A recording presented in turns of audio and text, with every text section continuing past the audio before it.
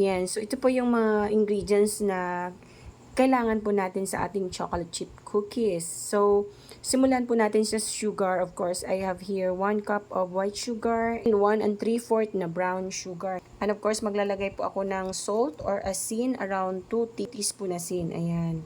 So, imimix natin ito bago ko lagyan ng butter. Once na mix na natin ito, ilagay ko yung melted butter. This is around 1 bar or 1 cup na melted butter. Yan, lagay natin dyan. Ilagay ko na dito sa aking mixer. Papaikutin lang natin ito hanggang sa mag-incorporate yung butter at saka yung sugar. Yan, pinaikot ko siya ng hanggang 3 speed lang. Hanggang mag-incorporate lang yung ating butter and sugar. So, babalikan ko yan. Prepare lang ako ng dry ingredients. So, now, magsisift ako ng around 3½ cup of all-purpose flour. Sift natin yan. Second cup, yung pang third cup ng all-purpose flour. Bali, 3½ cups lahat. Then, maglalagay ako ng baking soda around 1 and 1/2. Ayan. So, 1. So, rough estimate ko na lang yung 1/2. Pero, sa mga baguhan, kailangan nyo pa rin gumamit ng tamang measuring spoon. Anyways, ganyan. 1 and 1/2 yan. Ayan. Check muna natin yung ating butter, yung sugar at saka yung butter. Nag-incorporate na siya. I-off natin. Ayan. Hindi ko pa yan na-mix habang kanina yan nag-iikot pa. So, ngayon ko pa lang siya i-mix. Oo, dapat natin siyang i-mix guys para yung mga hindi na-mix na mga butter and sugar sa gilid ay dapat maisama para mag-incorporate talaga yan. Estimate lang ako around 2 teaspoon. Ganyan. Dagdagan ko pa ng konti. Yan. Pero pag hindi kayo sanay sa mga ganyang pag-measure, use a measuring spoon para ma-exact po siya. Pero sa akin kasi minsan nagra-rough estimate na lang ako. Pag mga ganitong pangkain-kain lang namin. So, mix ko siya ulit hanggang mag-incorporate na talaga completely.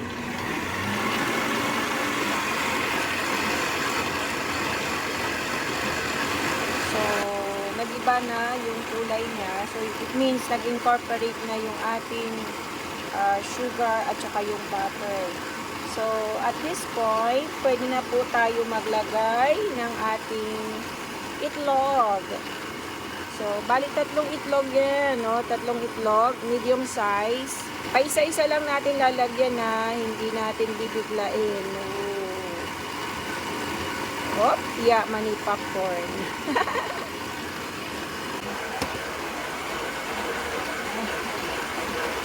Ulit ng another one.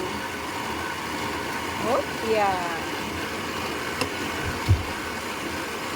Then yung last na egg. Lagay na natin. Ayaw bumaba. Ayan. So, yan. Before tayo patuloy, i-scrape natin ulit. Oo. Actually, walang kamatayang scrape yan. Para talaga mag-incorporate lahat yan. Diba? So, nakita ninyo yung difference, yung kanina at ngayon. So, nag-iba na yung kulay niya, diba? So, imimix ko pa to. Meron pang mga sugar sa gilid. Ayan. So, i-mix mix lang hanggang maging ganito ang consistency. Yan. So, ito na yung ating egg, sugar, and butter mixture. So, pag ganito na yung consistency, pwede na natin ilagay yung ating flour. So, yung flour natin, ilalagay ko dito, hindi bigla. Like yan. So, yan, first batch ng ating flour na linagay. Okay, paanda rin natin. Sweet lang. So, ayan, nilagay ko na yung second batch ng ating flour. So, imimix ko lang siya saglit. Hindi overmix kasi hanggang mag-ano lang siya, mahalo lang siya ng konti. Pwede nga kamayin lang eh. So, ihalo ko lang using this paddle ng saglit lang. Makikita nyo naman yan mamaya.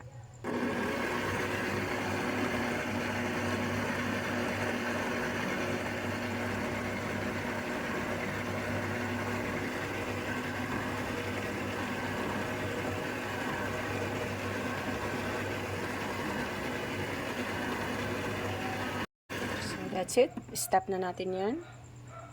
So, yan. Meron tayong dito 1 cup of chocolate chips. O any chocolate pwede nyong ilagay. Lagay ko muna siya dyan kasi lalagyan ko siya ng flour. Yan.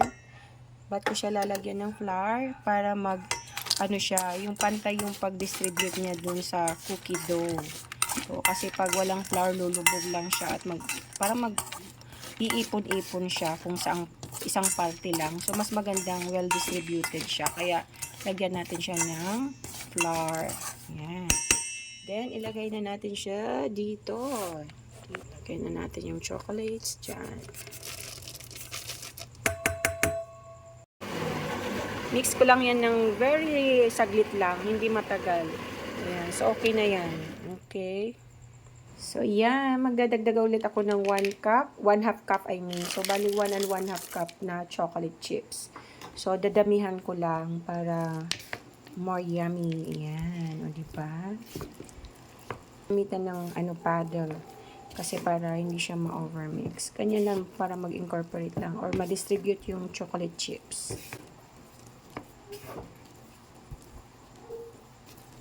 Okay. Overnight ko siyang i-chill para bukas pag-bake na lang yan. O, di ba? Ang ganda ng ating cookie dough. Masarap yan, guys. So, ayan. So, small, lang to. Mini cookies lang siya. Maliliit-liit lang to. So, ready to bake na po yan.